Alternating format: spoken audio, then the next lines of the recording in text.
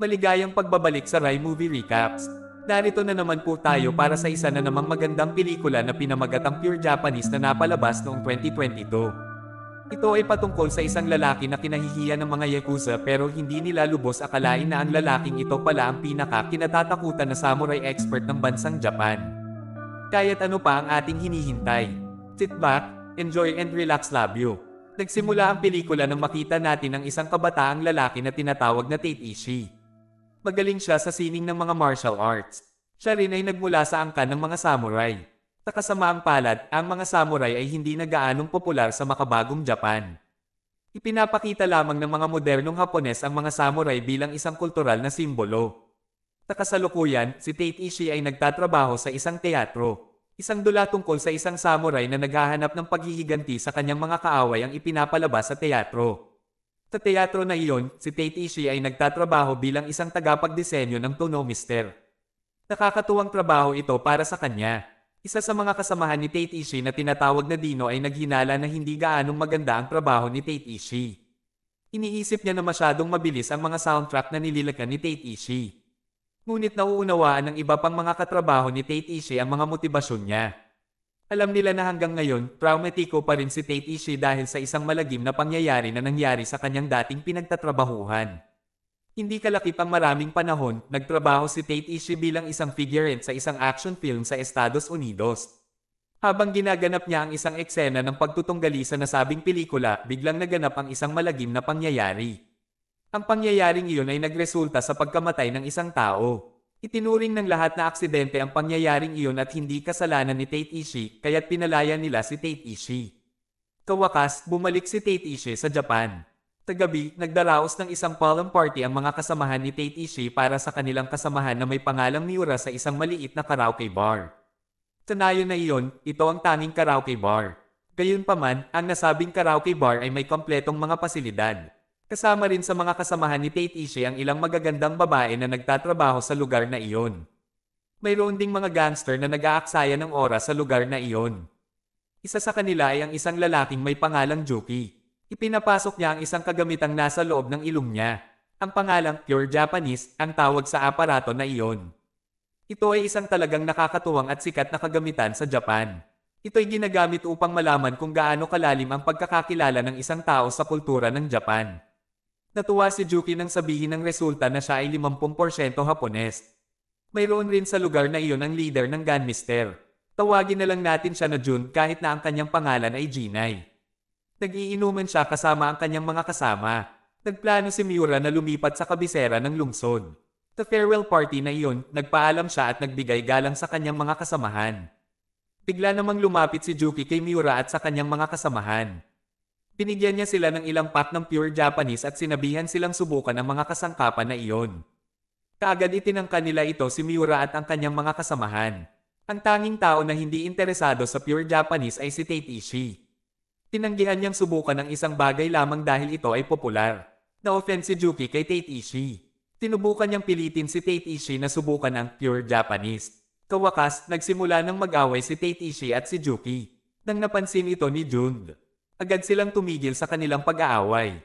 Upang humingi ng paumanhin kay Tate Ishii at sa mga kasamahan nito para sa asal ng kanyang kasamahan, binigyan niya sila ng ilang inumin. Si Tate Ishii, na nairita kay Juki, nagpasya na umalis sa lugar na iyon. Nang makarating si Tate Ishii sa kanilang tahanan, isinagawa niya ang isang ritual ng samurai. Maingat niyang inalagaan ang kanyang espada. Kinabukasan, nag-uusap ang isang matandang lalaki na tinatawag na Wagiman at ang kanyang apo na babae na tinatawag na Ayo sa kanilang bahay.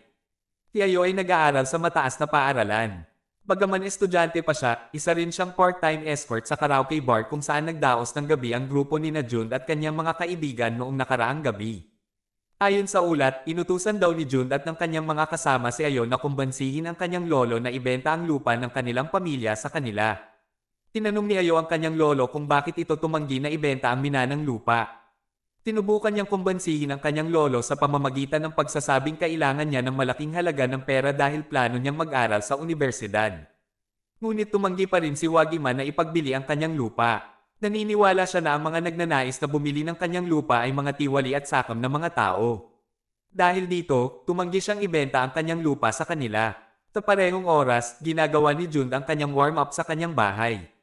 Maaring maunawaan ng sino man na mahusay na manlalaban si Jun base sa tunog ng kanyang mga kamao. Pagkatapos nito, tinatalakay ni Jun ang proyektong pagtatayo ng kanilang hot spring bath kasama ang kanyang grupo. Nagangkin ang kanilang grupo na nakakuha sila ng isang investor mula sa China para sa kanilang kumpanya. Ngunit sa kasamaang palad, mayroon silang isang problema. Hindi pa nila natanggap ang bayad para sa lugar kung saan nila plano itayong hot spring bath. Ang ari-arian na iyon ay pag-aari ni Wagiman at ito ay minana. Labis na nagalit si Jun dahil dito. Inilabas niya ang kanyang galit sa isa sa kanyang mga kasamahan. Nangako siyang kukunin niya ang lupaing iyon anuman ang mangyari. Sa teatro, ginampanan ni Tate Ishii ang papel ng isang samurai. May mga manunood na pumunta at nanood ng kanilang palabas. Naaalala ni Tate Ishii ang nakakatakot na aksidente na nangyari sa kanya sa USA nang madama niya ang pagkiskis ng ilaw sa kanyang mukha sa gitna ng laban ng eksena. Ito ay nagpigil sa kanya na makapag-focus sa kanyang trabaho. Pumunta si Juki sa karaoke bar upang takutin si Ayo. Mariin niyang inabuso si Ayo sa pamamagitan ng pagkuha ng kanyang buhok. Ngunit bigla na lamang pumunta si Tate Ishii sa lugar na iyon at pinigilan si Juki. Hindi sang-ayon si Tate Ishii sa ginawa ni Juki kay Ayo. Naantala ni Tate Ishii si Juki na nagpapangyari kay Juki na labis na magalit. Si Juki ay sumugod kay Tate Ishii at binalibag siya. Nang sinimulan ni Tate Ishii na sagupain siya, walang ginawa si Tate Ishii. Naging desisyon niya na huwag mag-aksyon ng pagsalakay. Nag-aalala siya kay Ayo at nais lang niyang umalis na si Juki doon. Kinabukasan, bumisita sina Juki at ang kanyang grupo sa lugar ni Wagiman. Pumunta sila roon upang takutin si Wagiman sa pamamagitan ng pagkakalat ng basura sa kanyang hardin. Hihinto ang panggigipit nila kay Wagiman kung pumayag ang matandang iyon na ibenta ang kanyang minanang lupa sa kanila. Pagkatapos nito, nagpunta si Wagiman sa isang templo upang magbigay ng mga panalangin para sa patnubay at gabay. Habang siya ay nagdadalawang isip sa templo na iyon, nakita niya si Tate Ishii na nagpa-practice ng sining ng mga martial arts. Si Mr. Kurosaki ay nagsusumikap na kumbansihin ang mga tao sa baryo tungkol sa kahalagahan ng mainit na bukal sa kanilang komunidad sa Village Hall. Tinabi niya na ang paliguan ng mainit na tubig na itatayo ay maaaring makatulong sa kanilang lugar na maging mas kilala sa buong mundo. Nagmumukhang may mga lokal na hindi sang-ayon sa pagpapalago ng spa na may mainit na tubig na iyon. Nagpahayag sila ng kanilang hindi pagsang-ayon sa pamamagitan ng paggawa at pagpapakita ng mga poster ng protesta sa lupa ni Wagiman. Ngayon, opisyal nang nagtatrabaho si Tate Ishii bilang isang aktor sa teatro. Siya ay hinirang na aktor ng manager ng teatro upang punan ang pwesto ni Miura. Bagamat madalas ay clumsy at nagkakamali si Tate Ishii, naniniwala ang tagapamahala ng teatro kay Tate Ishii dahil palaging nagpapakita ng determinasyon si Tate Ishii sa kanyang trabaho doon. Pagkatapos yun, ginawa ni Tate Ishii ang kanyang unang ensayo bilang isang aktor kasama ang iba pang mga aktor sa teatro na iyon. Ang kanyang araw-araw na pag-ensayo sa templo ay nagpabuti ng kanyang kakayahan sa paggamit ng espada. Sa karaoke bar, nagpasalamat si Ayo kay Tate Ishii para sa tulong nito kahapon. Upang ipakita ang kanyang pasasalamat, ibinigay ni Ayo ang tanyag na pure Japanese kay Tate Ishii. Agad na nang umuwi si Tate Ishii, sinubukan niya ang pure Japanese na ibinigay sa kanya ni Ayo. Ang resulta ay nagpapakita na siya ay 100% Hapones. Sa Hapon, ito ay isang labis na hindi pangkaraniwang resulta. Kahit ang isang gangster tulad ni Juki ay nakakuha lamang ng 50% Hapones sa kanyang resulta. Labis na galit si Mr. Kurosaki sa karaoke bar dahil naantala ang pagtatayo ng mainit na puok para sa mga thermal bath. Ang konstruksyon ay naantala dahil tumutol pa rin si Wagiman na ipagbili ang kanyang lupa. Pagkatapos ay tumawag si Mr. Kurosaki kay Ayo, isang staff member sa karaoke bar. Siya ay mainit na sinalubong ni Ayo at hinimok ito na pilitin ang kanyang lolo na ibenta ang kanyang ari-arian. Tinabi ni Mr. Kurosaki na ang hot spring bath ay magbibigay ng maraming oportunidad sa trabaho sa kanilang nayon. Sa totoo lang, napakahirap humanap ng trabaho sa maliit na nayong iyon. Kahit isang high school student tulad ni Ayo ay kinakailangang magtrabaho ng part-time bilang escort sa karaoke bar. Kinabukasan, bumisita si Ayo at ang kanyang kaibigan sa teatro kung saan nagtatrabaho si Tate Ishii. Sa araw na iyon, magpe-perform si Tate Ishii bilang isang aktor sa teatro na iyon para sa unang beses. Sa simula, maganda ang takbo ng kanyang palabas. Talagang magaling ang pagganap ni Tate Ishii. Kumilos siya at sumayaw na para bang isang tunay na samurai. Ngunit nang mahipaw ng liwanag ng ilaw ang mukha ni Tate Ishii, bigla siyang nagkaroon ng isa pang flashback.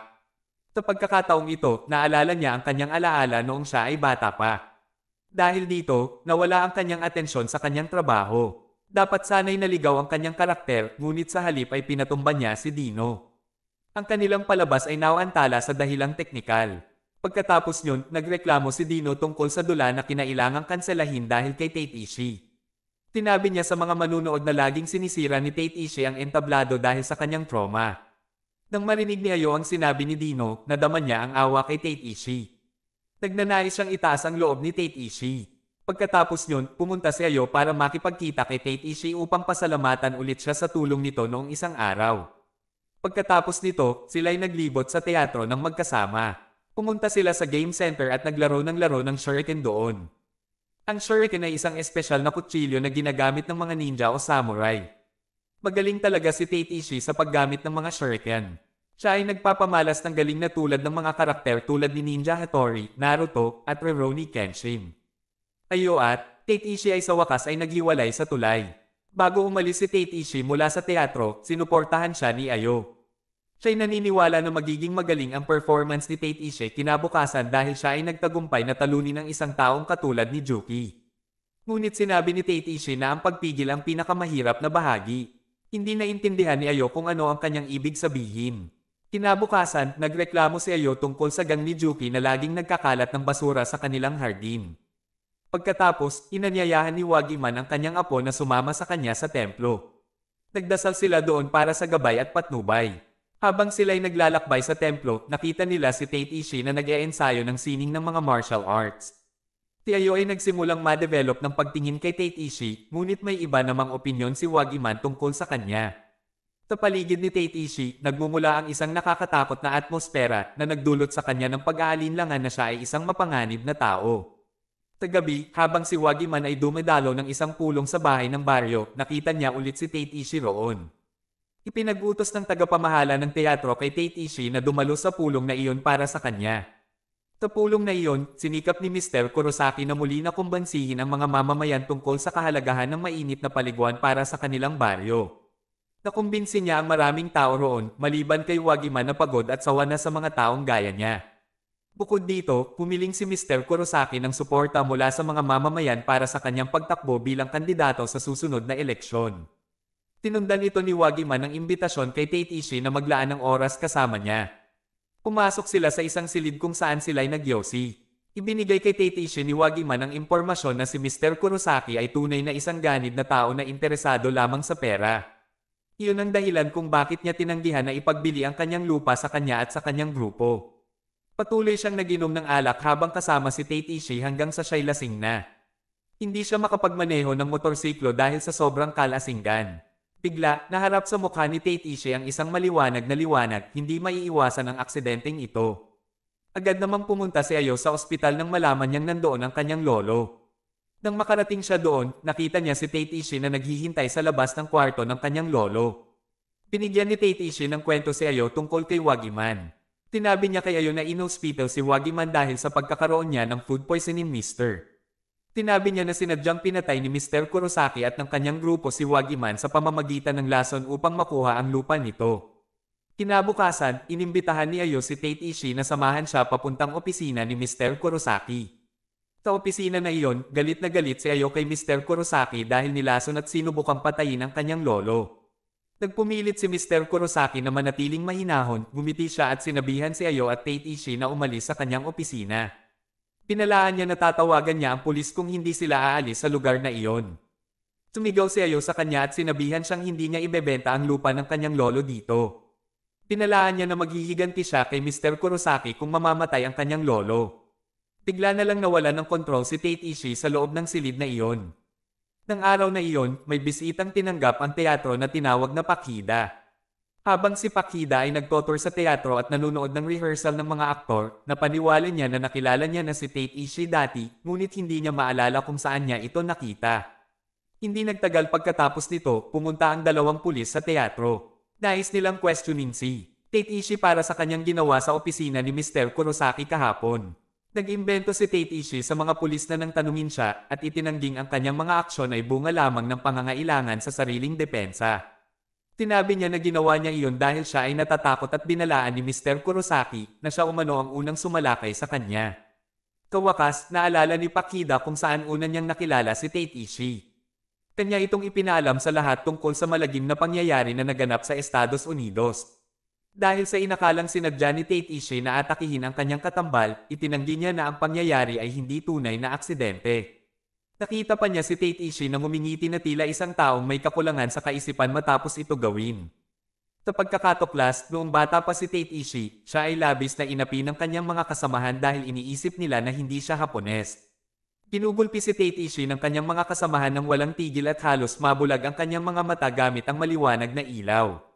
Habang ini-torture si Tate Ishii ng mga ito, hindi sinasadyang itinulak ni Tate Ishii ang isa sa mga mananakit niya nang siya'y mahulog at mawala ng malay.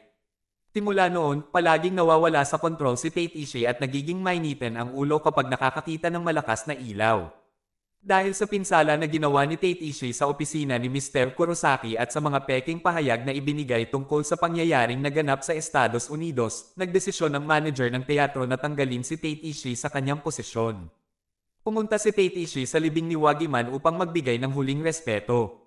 Matapos malaman na ang pagkamatay ng kanyang lolo ay dulot ng concussion sa utak at hindi pagkakasakit mula sa pagkain tulad ng naunang inakusahan ni Tate Ishii, labis na nagalit si Ayo kay Tate Ishii sa harap ng Lemay.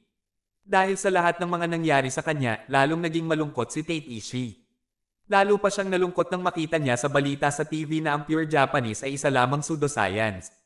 Pagkatapos nito, bumalik si Tate Ishii sa kanyang tahanan. Layunin niyang magpakamatay sa paraang alam na samurai ceremonial suicide na tinatawag na harakiri, ngunit tila babuhay pa siya nang gawin niya ito. Simula nang mamatay ang kanyang lolo, si Ayo ay nag-isa na sa kanyang bahay. Siya ay napilitang ipagbili ang kanyang minanang lupa kay Jun nang pumunta ito sa kanyang bahay. Tinulungan siya ni Juki na takutin si Ayo sa pamamagitan ng pagsira sa kanyang bahay. Habang nag-aaway si Ayo at Juki, sa hindi inaasahan, nasaksak ni Ayo si Juki gamit ang isang kutsilyo. Nagulat si Ayo matapos makapatay ng hindi sinasadya kay Juki. Tumakas siya agad patungo sa kagubatan. Dumating siya sa isang templo at doon ay nakasalubong si Tate Ishii.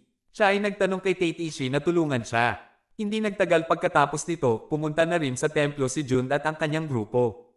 Una, sila nang maayos na nagpapatulong kay Tate Ishii na dalhin si Ayo sa kanila, ngunit bigla na lang binaril ni Jun si Tate Ishii sa dibdib dahil ayaw na niyang mag-aksaya pa ng oras.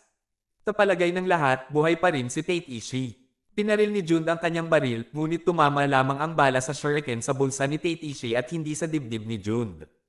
Tinanggap na rin ni Tate Ishii ang kanyang kapalaran bilang isang samurai.